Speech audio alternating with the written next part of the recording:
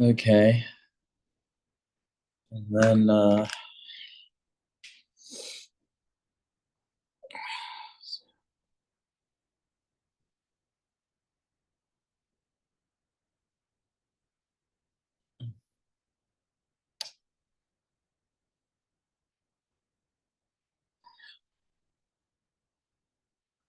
I'm gonna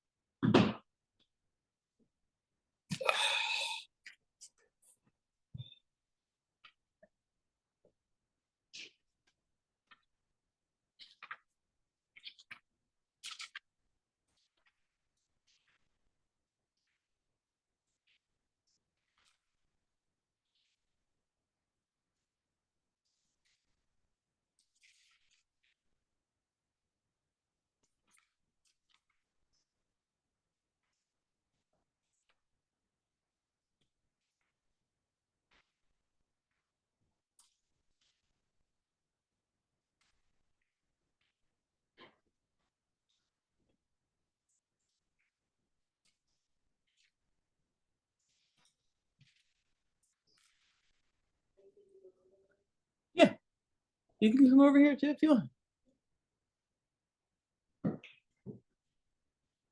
Yeah. So I think it's just a more comfortable place to sit right now. I mean, I only like to do my read, really. Oh, let me go down there as well. I do want to go. What? You want to do that? I just need to get you all excited. Here, girl. That's it. That's it. Okay. Come on. I got it.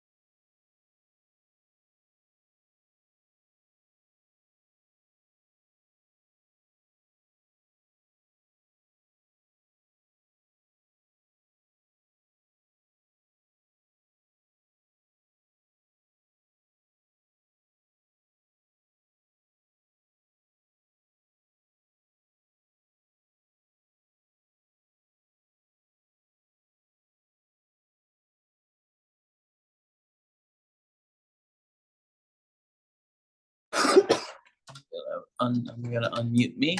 Hello, everyone. Hi there. We're waiting for Aaron to join us. And in the meantime, I'll chat a little bit. Hopefully, you all can hear me. And it's a tight group, so maybe I can, if you want to unmute yourself, you can. If you're unable to for some reason, because I've got that thing turned off, or maybe I don't, put it in a chat and then I'll mess with it. But in the meantime, today we're studying Parsha Bo. Okay, this is part of Exodus, and I want to tell you a little bit about the edition that we're using, okay, and how to actually use this edition. This is the stone edition, and and why I like it. Chacham Aaron uses it in at the Chabad, where he leads Parsha study, I think, and he recommended it to me. But it's laid out in a very particular way, and I want to give you, I kind of want to give you an example here, because it's different than most people's Bibles, right? Okay, so on the left-hand side of firstly, the book is a Hebrew book, right? So it starts backwards. Okay, okay. It opens to the other side. Okay, and then hang on one second. I'm gonna make my Hakam Leah co-host. Okay, good.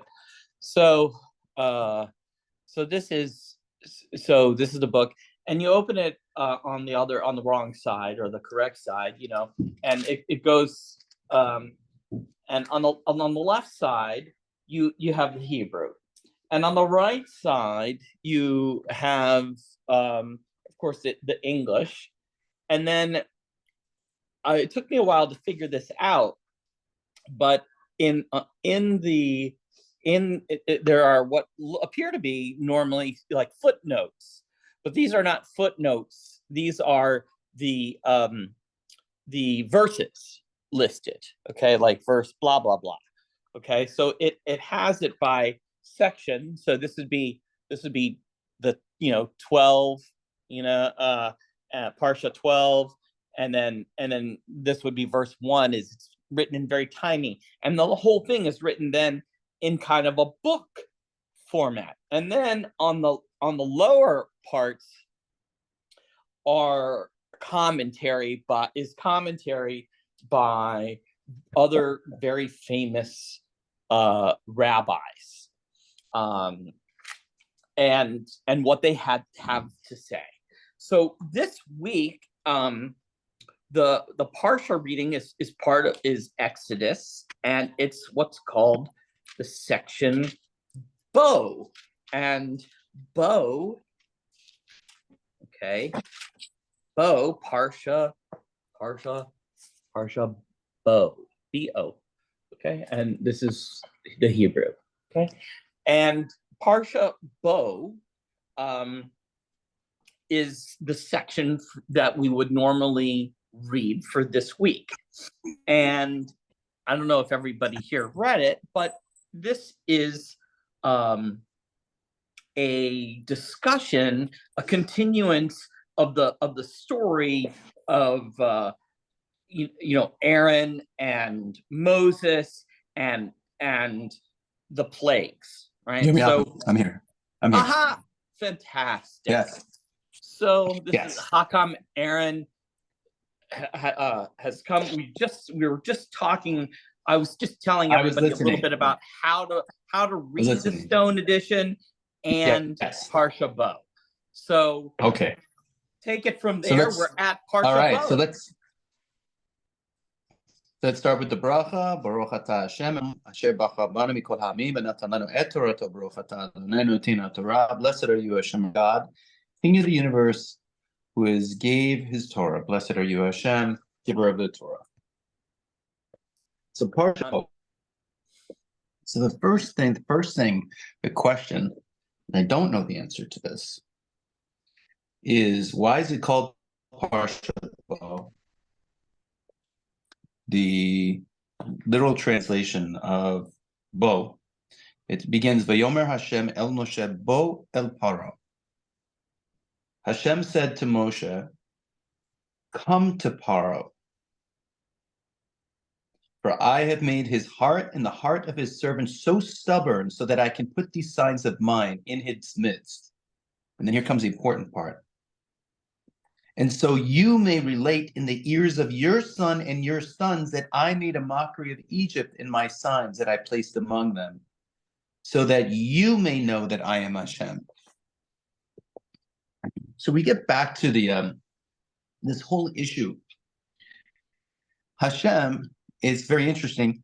Keeps on saying I want to teach the Egyptians a lesson, okay?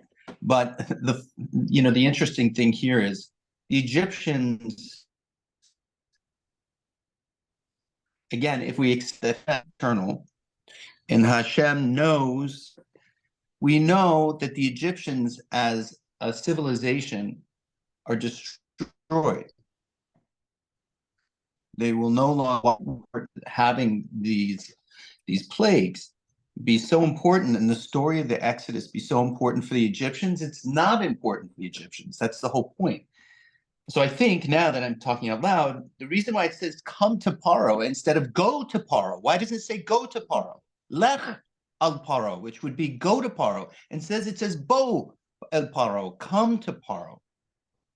The difference is it's really the Jews coming back to Hashem, because the Jews were in slavery at the time, and there was this long break in terms of the relationship of the Jewish people with God. And if we hearken back to who the Jews were prior to being slaves, we're talking about the Avot, the fathers, Abraham, Yitzchak, Yaakov, Abraham, Jacob, Isaac, and then Jacob's sons. And so God was much closer to them numerically, because it says when they went into Egypt, their numbers were 70. There were 70 Jews who went into Egypt. And from those 70, now we're later learning in this Parsha that there are 600,000 who are leaving. So that's how much the nation grew, but there was this separation between the actual communication and relationship of God between the Jews who were slaves. And so, again, I've talked about this in our other discussions. To me, what Parsha Shemot in the Exodus is really designed to do is to make it a sign of wonders for the Jewish people. And this is what Hashem says, and this is what it says in the Parsha. Go to Paros, and I have made his heart hard. I've made him stubborn. And as we read the text prior to and now, we see that every time Moses goes to Paro and he says, Paro, listen, let us go, let's worship in the wilderness. If you don't, such and such is going to happen. There's going to be a plague. And God intervenes and makes Paro's heart. For what purpose? I mean, God has the power. Yeah, for what purpose? I said, because God, and we discussed this last week, God has the power to just go straight to the end and let the Jews out. You don't need 10 plagues to get there. Yeah, why go through all the aggravation? Why not jump to the end? Why go through all the trouble? Mm-hmm. Right. And think about it this way too. There's this other impact of it. Aside from let's assume that the reason is so the Jews can reestablish a connection with God. What about the impact on the Egyptians? Like, think about all the Egyptians who are suffering during these 10 plagues, just so that the Jews can be freed. I mean, if God really wants, he snap his fingers and that's it. Change Paro's mind. Moses and Aaron go to Paro and say, hey, we want to go worship. We want to be free. And God can make Paro's mind say, oh, okay, sounds good to me. Why don't you go on your way? Done. Right? That would be kind of a miracle, in and of itself. I mean, who in the history of, if you think back to slavery, that would be a miracle for a slave to go to their master and say, we want to be free. And the master says, okay, that would be a miracle in and of itself. Instead, there's all this suffering that comes about from it. And I see there's some discussions about free choice in the commentators. There's a big debate about this, about free choice. So what my understanding of the commentators is that Paro did have free choice. He did have free choice. So God did not deny Paro free choice, but as Yirmiyahu always discusses, there's the Yetzer Hara, the Yetzer Tov, and so he maybe made the, the Yetzer Hara, Yetzer Tov are these concepts of the good, the good inclination and the bad inclination that we all have within us. It's fun if you watch a Looney Tunes. There'll be the good angel and the bad angel, or it's like the good Daffy Duck and the devil Daffy Duck, right? That's Yetzer Hara, Yetzer Tov. And so what God was doing was making the Yetzer Hara, the evil Daffy Duck on Paro's shoulder, was whispering in his ear louder. But Paro still had the choice. And we see during the text, and this is kind of difficult when we go through this. I just don't want to read the text for you. Boring, but text that Paro is really going back and forth as to what to, then he changes his mind, or he'll agree to a portion of what Moshe is asking and not the whole thing. But ultimately, the way the story goes is we get to a point where the plagues are gradually increased. I know that Yirmiyahu wants to talk about the plagues. I have a limited time in order to discuss this, so I think he's going to get into the plagues a little deeper. It's okay. Yeah. But what we see is as we discussed last week, a graduated sanctions, if you will, where we finally get to the end, the nuclear choice, which is, or the nuclear kind of impact, which is the killing of the firstborn. Not very nice. And it's only after killing the firstborn, and what's unusual is Paro himself is a firstborn. So Paro's life is spared. Paro's life is spared from that plague. So he can see it, and he can then order the Jews out to say, get out of here already. So that's in some substance, that's what we're seeing. And then what happens is we're told in the Torah that there's a commandment. The commandment is the first holiday that we see in the Torah that the Jews are to celebrate. The first holiday. Yeah, this is the one I wanted. I love it. This is what I wanted to show to everybody. Right. So had we begun the Torah in its beginning cycle, we would see the backstory of Adam and Eve. We'd go through the Tower of Babel. We'd go through Noah. We'd go through Abraham. We'd go through the fathers and how they developed and got to this point. But throughout that process, and throughout that story and that history, there are no holidays that are key. So what happens here is the Torah tells us right after we get to the story of being freed as slaves, you have to keep this holiday. And as we see in the introduction to Parsha Bo, I'm doing these signs so that you may relate in the ears of your son and your son's son that I made a mockery of Egypt and my signs that I placed among them, so that you may know that I am God. So the reintroduction, and this is the reestablishment of God's relationship with the Jewish people. Which verse are you at? I'm still at the beginning. So this is right at the beginning, verse 2. Right. Oh, yeah. Verse 2. Verse 2 of the Parsha. It's introducing the whole idea. Yes, the idea is introduced there. And then later, if I recall, he says like to Pharaoh, listen, can't talk now. We've got a holiday to go attend to. Right? Is that right? Well, it's what's interesting is Moses is never asking Paro to free us from slavery or free the Jews from slavery. He's saying, let us go worship. We just want to worship in the wilderness. And it's really, if you think about it, he's not being exactly truthful with what he wants, right? Because the ultimate of what God promised Moshe was, you'll be freed from slavery. And what Moshe really asks Paro is something different.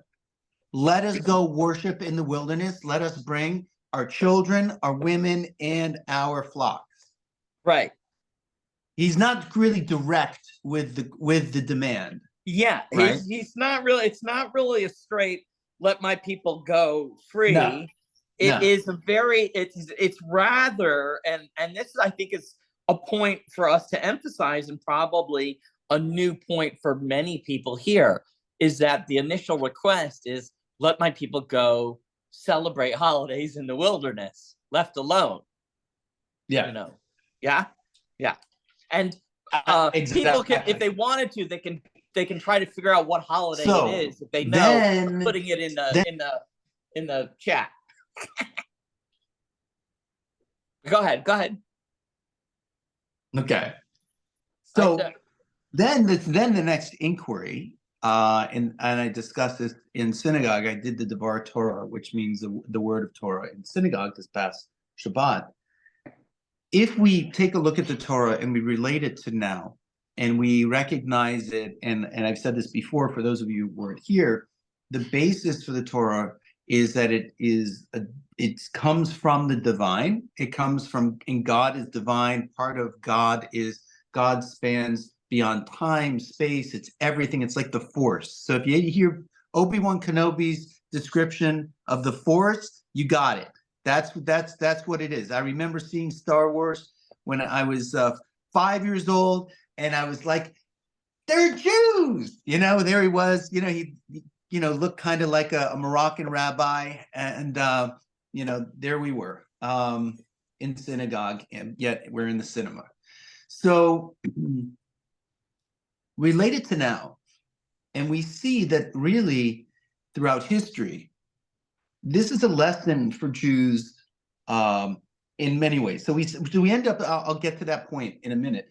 So we celebrate the festival of Passover, the holiday of Passover. That's the first holiday that Jews celebrate.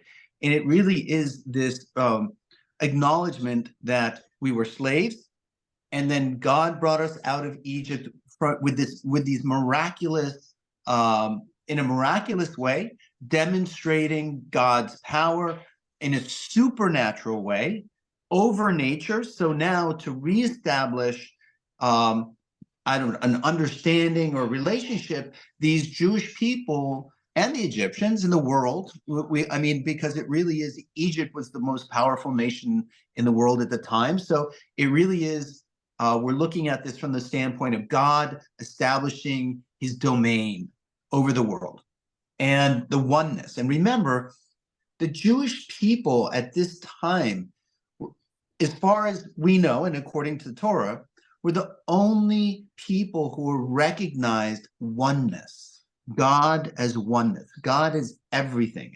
The other religions, other people were polytheists. I'm not saying there's anything wrong with it, just saying and not judging it, but that's where this whole notion of like the chosen people comes from. And when we get to the portion in future Parsha where God says you are the chosen people, what that means is you are the chosen ones who are worshiping one God out of the whole world.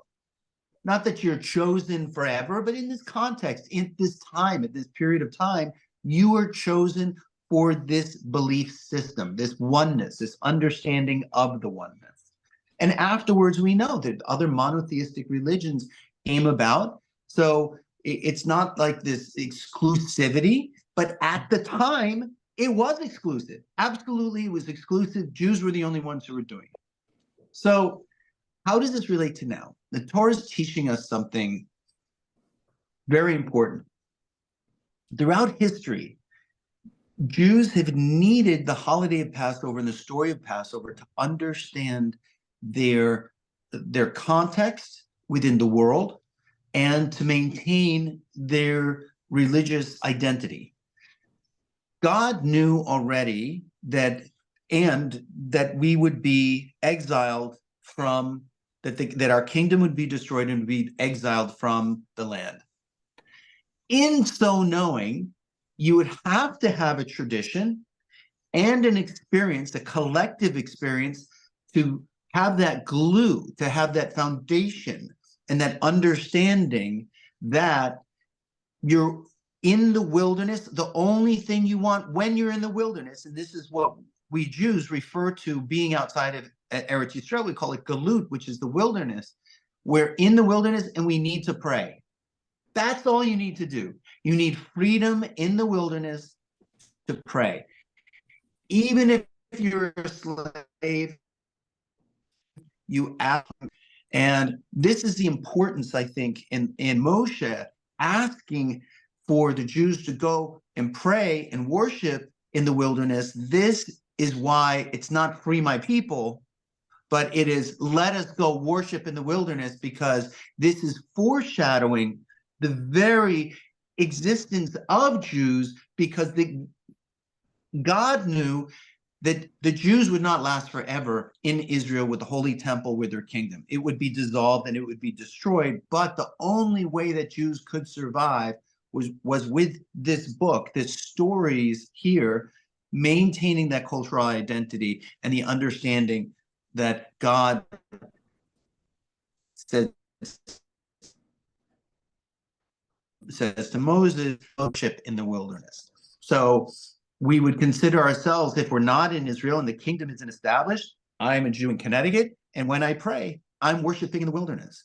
And if you think about historically, when Jews have been persecuted, whether in Spain or in Russia or in Germany, these were, I'll get to that. I'll get to that point, Ruth. What we're talking about is being able to worship in the wilderness, and what happens in these lands when Jews are trying to worship outside of the kingdom. They're persecuted. And so the story of Passover is like it's like a guarantee. It's like God's guarantee to us that everything is going to be okay. It'll be out. If you understand worshiping in the wilderness, then you understand that ultimately there will be an exodus from this oppression. And so that's how I think Jews have kept that hope alive, no matter where they were. There's always been that belief and that understanding that when you are a slave, you might be in the wilderness, but there's a promise from God that you will be united again with your people and in a kingdom. And that's really what Judaism prophecy says, that there'll be a third temple built in Israel, and all the Jews will be gathered back from all over the world, and the temple reestablished and the nation reestablished with peace on earth and an understanding of the godliness that we can't see right now. So I know I got way off track, but it's not off track. It's really on track. Now, Ruth, you mentioned that Elohim is plural. That is true. And I can address that. I don't have right now I don't have a good explanation for you. But if I can digress and make an interesting point, if any of you have ever read the Quran is worded whereby God is always referring to himself as we. The Quran, as all the verses say, we, as if it's God speaking. So it could be that in the Quran also it has this notion of plural. And I've asked Muslims about that, and they just say, well, it's just God, and there's no further explanation there.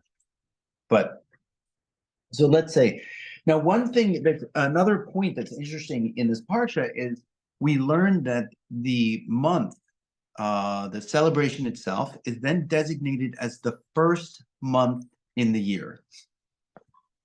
Now, if you're Jewish, you understand that there's a holiday celebration called Rosh Hashanah, which is the new year. And why does Passover not fall on the new year? If in the first month of the year we were celebrating Passover, and it's really confusing.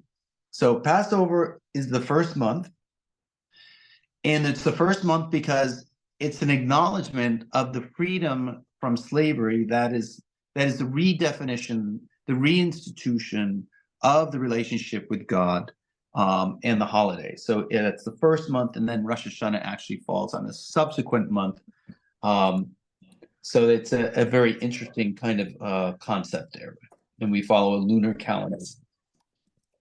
There's also the whole idea of a sacrifice, and so a sacrifice is made of a lamb, and the blood of the lamb is then put on the doorpost of the house, and that's how God knows to pass over that house and not strike down the firstborn. So all the Jews are commanded to make this sacrifice of a lamb, put the blood or wipe the blood on the outside of the doorway, and then there would be no death in that house. So question becomes that I have is there is this whole notion back then of animal sacrifice. I mean, we first see it when there's a substitute for Isaac for the ram. We know that pre-Isaac and Abraham, the story of the Akedat Yitzchak, which is the sacrifice of Yitzchak, there were human sacrifices that were going on. And that story is a story where Abraham is told to sacrifice his son. He goes through this whole test. He takes his son with him. He goes up on the mountain. And then right before he's about to sacrifice his son, he binds his son. He puts the sticks underneath his son. He's ready to put the knife right on his son's neck. And an angel comes down and pulls his hand away. And it's all a test. So what we learn from that is we learn, number one, Abraham's devotion to God. And I think we can also all agree that there was up until even recent times, there were human sacrifices that occurred. And so this was one of those defining moments that separated Jews from among the nations around the world. And now it was forbidden to ever sacrifice a human. That's part of the story itself. So afterwards, animal sacrifices become the norm. So now we have animal sacrifices again. We have we have a lamb being sacrificed, and it's interesting that it's a lamb and not a cow or dove. Why a lamb? I'm kind of throw that out there. And there in Islam during the Eid, they celebrate that is a celebration of Abraham not sacrificing Ishmael, and a lamb is used there. So maybe it's just because a lamb is the most common animal. But now that I'm thinking about it, it's said that it was a lamb. The Egyptians worshipped lambs as gods. There was an image of a lamb as a god. And that's one of the reasons why a lamb was chosen, because it differentiated the Jews from the Egyptians. And it was particularly offensive to the Egyptians for the Jews to go ahead and slaughter a lamb. That being said, what's that? I said, that's not very nice. No, it's not. But I think at this point, once the firstborn are being struck down, you've kind of weakened their will. And at this point, it's I guess it's throwing salt in the wound, right? Yeah. They're not really thinking about Jews eating lamb and barbecuing lamb, which is what they're doing. And the Torah tells us, roast the lamb and eat it. That's right. Barbecue. You have to cook it. Yeah, you got to cook it. You have to roast it. You have to You have to roast it and the whole thing. You can't fry it. No, I'm Not serious. You can't fry it. I'm not No. joking. You can't fry it. You have to do it over a fire. That's what it says. What? Yes. Yeah. I'm not joking. I'm being serious. Yeah. No, I guess there are other ways that they could have cooked. They could have boiled it over fire. Yeah, they could have boiled it. And I think also then we have the redemption, the commandment of the redemption of the firstborn. And so all the firstborn animals, and even the firstborn, we'll see later on, the firstborn is this unique occurrence in Egypt of the firstborn being struck down by God for the Exodus. And so firstborn of the livestock, it says right near the end, you shall redeem with a lamb or a kid. If you do not redeem it, you shall axe the back of its neck. You shall redeem every human firstborn among your sons. It shall be when your son will ask you at some future time, what is this? You shall say to him, with a strong hand Hashem removed us from Egypt, from the house of bondage. So there you go. And right before Passover, there is a tradition for firstborns to fast. And so right before the first day of Passover. So the morning of Passover evening, which would be the first Seder, there's the fast of the firstborn. Yeah. So yeah. what you got, Jeremy? What you got for us? What I got? Well, I would like to, I mean, a bunch of stuff, actually. I'd like to point out, just since we're on the topic, you just, talked about the blood business and the painting over the lintels, right? The home. So, which is an apotropaic, right? It's a protective thing that we're, to do to keep us, right, safe from Malach HaMavet, the angel of death. And that was placed on the doors with hyssop. And hyssop is a plant that is featured throughout the Bible and has many mystical uses in the Jewish tradition. So I will just put that little link in there for everyone to read a little bit about hyssop and what it symbolizes and why it was chosen as the brush essentially for the over Passover.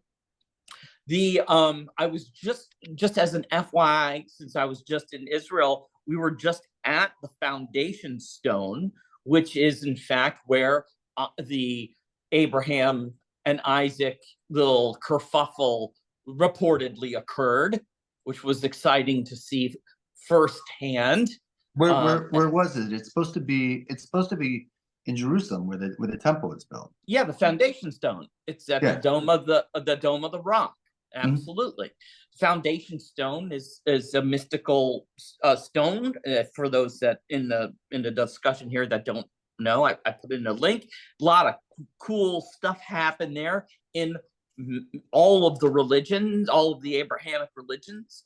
It's supposedly where Muhammad ascended, left the last earthly place and ascended to heaven in his fiery chariot, and the hand of Gabriel, the angel Gabriel, had to hold the rock down, and the angel Gabriel's hand is in there, imprinted in there, and there's the well of souls in a hole down below.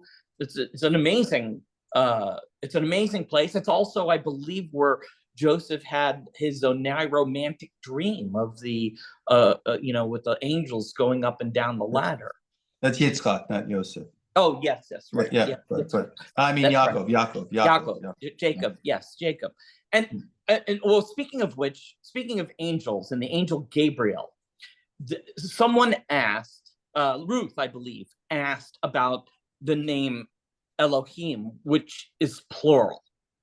And I can speak to the history a little bit about that, if you like. So, and this is, outside the canonical religion. This is part, archaeology and it's, and what is known about that sort of time historically. So, Elohim, essentially, you'll also notice that many of the angels, their names end in IEL, or Gabriel, Michael, right? IEL. And this suffix IEL or EL is found in angelic names because it's derived from the Hebrew El, which does mean God or divine. And in the Hebrew tradition, angels are often referred to as messengers of God, right? Or servants of God. And the suffix IEL is there at the end of their name to signify that the angel is associated with and has a connection to the divine, right? And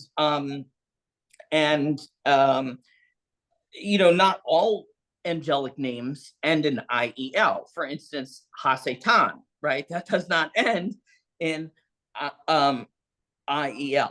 And this is sort of, and the whole Elohim thing happened was because the city of Yah and the city of Weh emerged and became a giant megapolis. So it would be kind of like if San Francisco and if New York decided that they were going to merge, and all of these little cities that had all of these local little gods, right? They decided essentially, like, how are we going to fold everybody in?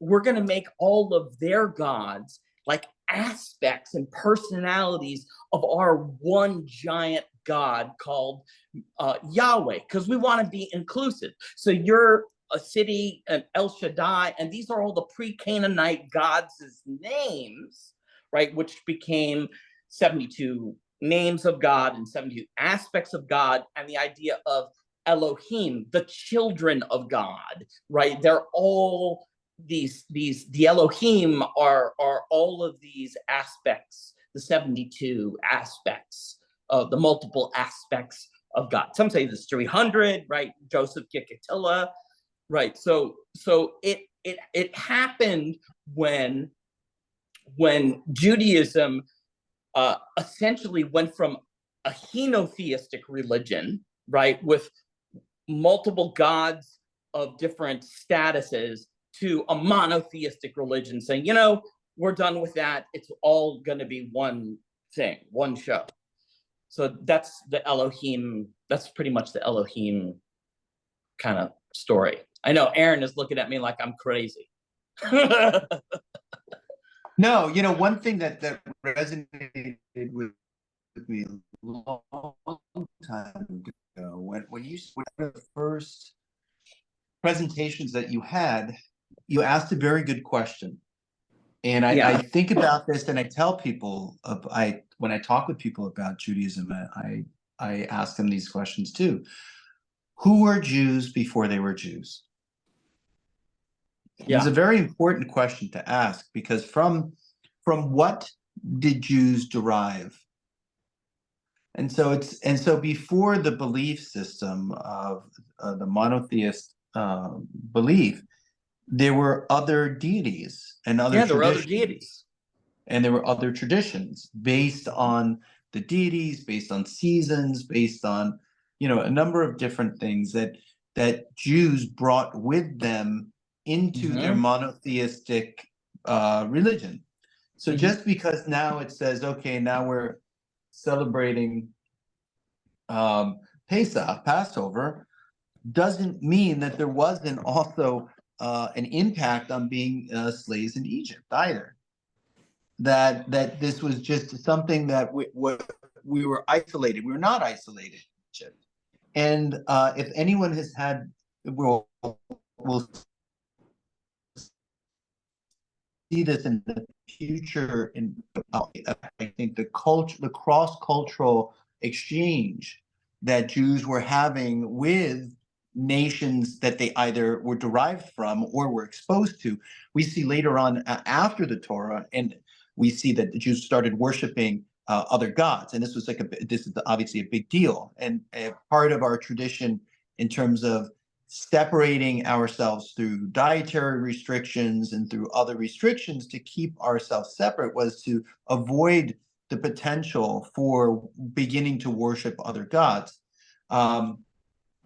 That being said, if anyone has the opportunity to go to Egypt and go to the Egyptian Museum in Cairo, what you'll see there is you'll see several similar models of the Ark of the Covenant, Egyptian versions of the Ark of the Covenant.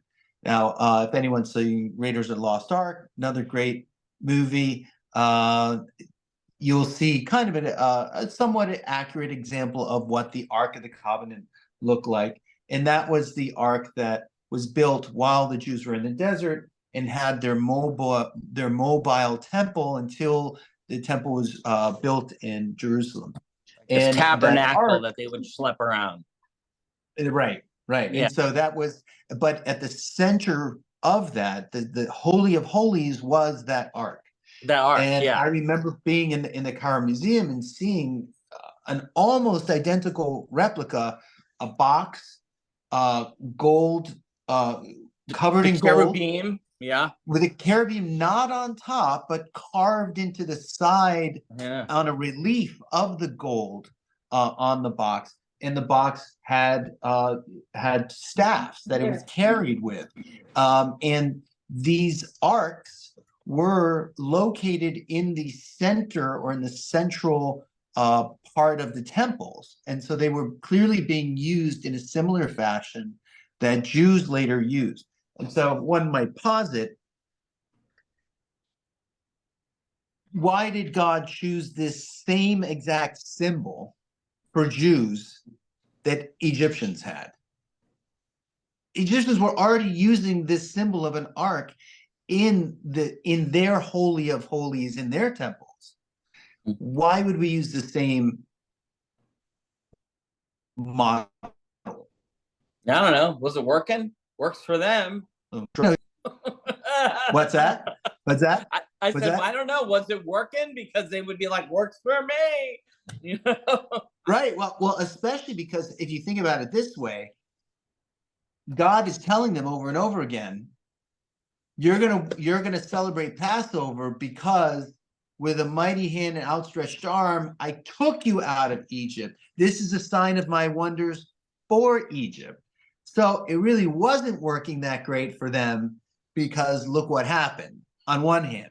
On the other hand, like someone just said, a cup is a cup, right? So maybe this was just a symbol, a way that people acknowledged divinity in a symbol like this that could be carried around, that could be displayed, and it just carried over into Jewish tradition, and it was a good idea. And so right now, look, all the arks that were built by the Egyptians, not all of them, but many of them are in the museum, so they're not being used. There's a mystery as to where our ark is. The history says that after the first, before I know where it is. I just won't tell you. Okay. I know. I'll tell you after. Well, All it's a right. separate meeting just between you and me later. I'll tell you. So it said that before the destruction of the first temple, the Kohanim, the Jewish priests, secreted the ark out of the temple and placed it in a very, very safe place. And so when the second temple was rebuilt, it actually didn't have the ark in it. In place of the ark was a curtain, and on the curtain was an image of the ark, and that's how the high priest, when he would do the certain celebrations of worship, the incense, he would go into the Holy of Holies, and instead of being in front of the ark, he'd be in front of this curtain, which was an image of the ark while the ark was still hidden. And it is curious to me why they didn't bring the ark back, because it would have still, that knowledge still would have been there. I'll tell you where it is. If you really want to know, I'll tell you where it is. I'm not joking. I'll tell you where it is. I know. Top men. It's being guarded by top men. If anyone's, yeah. You think I don't know? I'm telling you. You saw Raiders of the Lost Ark right at the end. I know I saw Raiders. We got our top men. It's not there, but I will tell you, it's being held by the same people who held the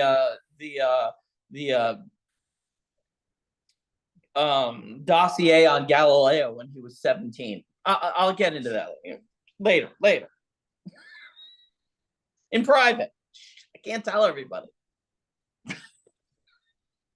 Okay, well, I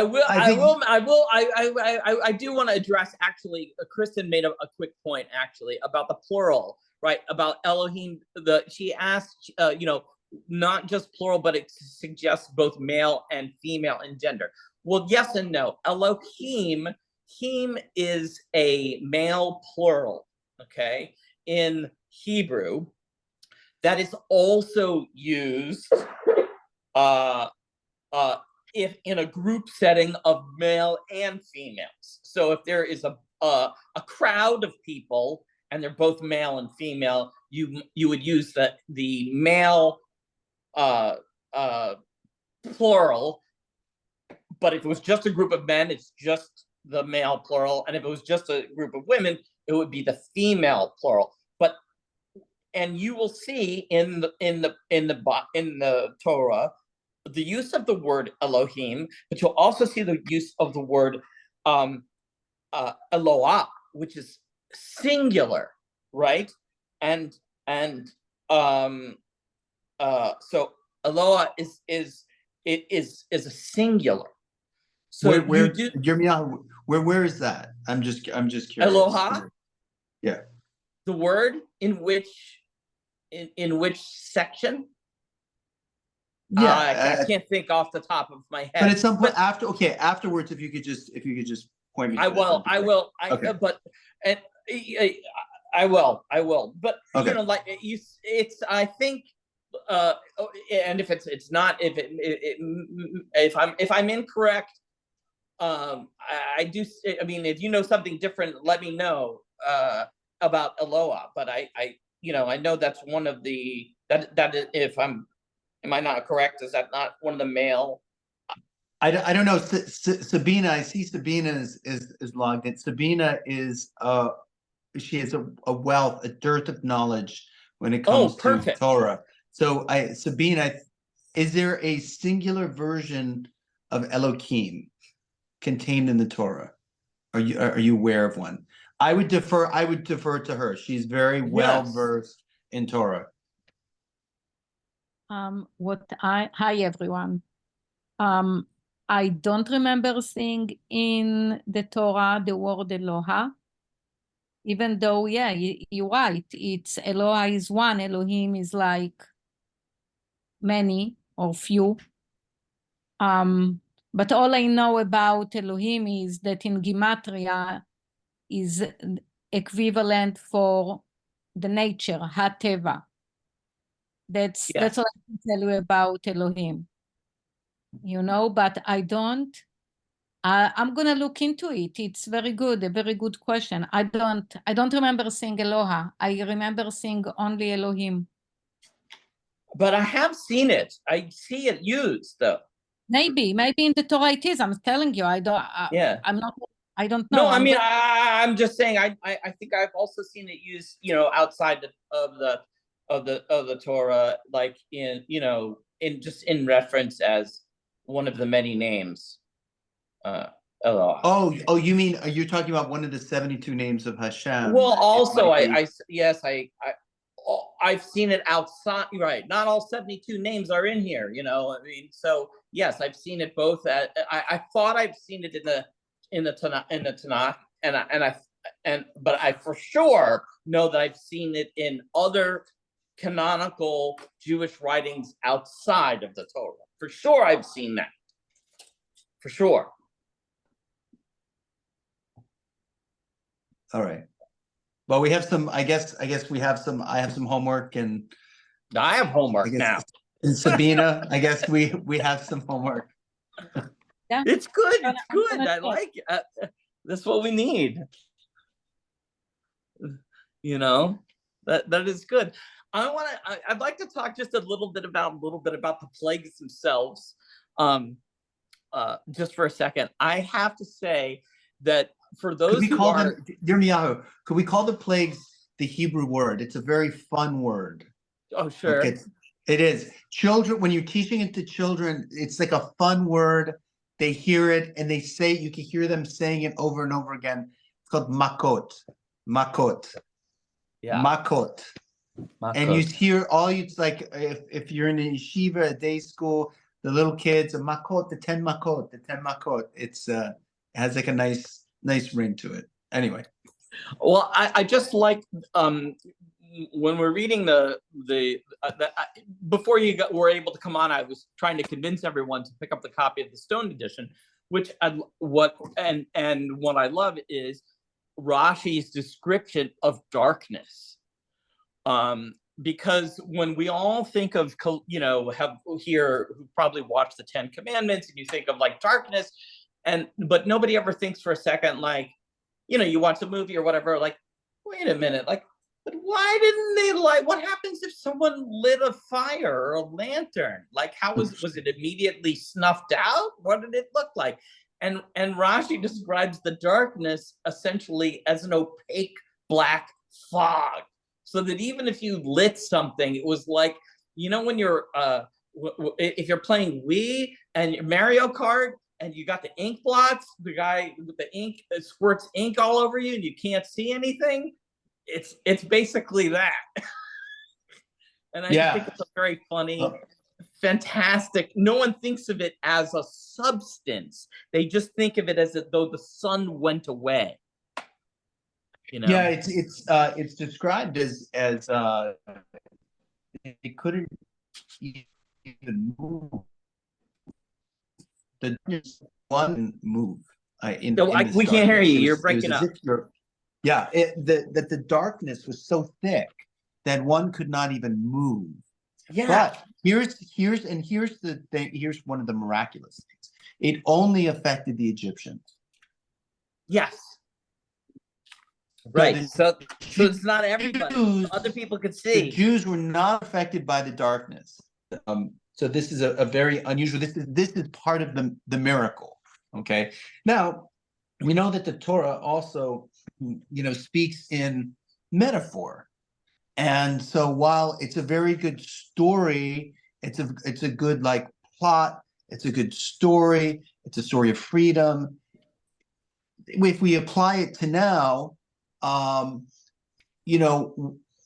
there circumstances where sometimes you might feel in your religious journey or in your spiritual journey that you are able to see things that others cannot, and that others may be stuck in a particular type of thinking, maybe a negative or lower vibrational thinking?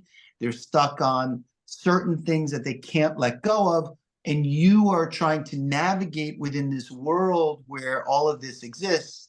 I'll give you an example. I practice criminal law, criminal defense during the day, and I try very much as I can with my clients to give them words of kindness and inspiration to get them out of. Many of them are stuck in this darkness and they can't see their way out. And I feel, and I'm not putting myself on a pedestal, I'm just saying I'm in a different place. And I'm trying to help them come out and chance, to help them get out there. And I think all of us who are tuning in here, we probably all feel the same way when we're out in the world. When we see someone who needs help, we will offer them our hand and to try and bring them up and try and improve their condition. And that itself could be like this whole notion of darkness, and to not be in the dark at the same time the darkness exists, and to see people who are frozen in that darkness. So, and like you said, Duffy, that's right. And when in our lives have we been in that darkness, frozen by either the conditions around us or our own minds that have created this darkness where we are frozen, and it's our own plague. We have, right? Everybody, that expression. I mean, to free. That it's a common. That idea is so common now that there's a colloquial idiom of someone has a black cloud following them around on their head. Mm-hmm. It's right, a dark cloud over your head. That is the origin essentially of that. You're surrounded in the darkness. Okay. So can I mention one thing? Yes, we have a hard stop at 6 though, because I have another meeting on Very short. this topic. On this topic. What is it? This is Jewish Mysticism by Abelson. This is our book club. We're going to talk about that at 6. Okay, it got me thrown out of school. Okay, well, yes, Sabina, tell me. Okay. In the Torah, there's no mention the word Jewish, Yehudi. Yeah, correct. Yeah. Either Ivrim, like from Avram Ivri, or the children of Israel. So Jewish came only from Mordechai, from the time of Mordechai. He was the first one that was called Yehudi. That's it. That's all I wanted to say. So Sabina, we had Avraham, who is Ivri, Yeah. right? Who is crossed, Ivri meaning crossing over, right? Yeah, like the whole world was on one side and he was the first one, the only one on the other side. On the other side, so someone who's crossed over. Yeah. And then we had Bnei Israel, Yeah. sons of Israel, and that's where we are until the time of Mordechai, where it's Yehudi, right? Yeah. Right. Well, great. Well, thank you guys so much. Thank you, Aaron and Sabina. Wow, it was very lovely to meet you as well. Hopefully you guys got a lot out of this, and we'll meet us next week for the next Parsha study. Can't wait. Right? I can't wait. So next Parsha is coming up. Yep. Beshlach. Yeah. Beshlach. I'm bummed we didn't get a chance to talk about Rosh Kodesh, but you know, we will have another opportunity. Well, probably one of our classes will be on Rosh Chodesh, and I'll be of course time to talk about Rosh Chodesh. Yeah. So. All right. Okay. All right. Good night, everybody. Good night, everybody. Blessings. Blessings.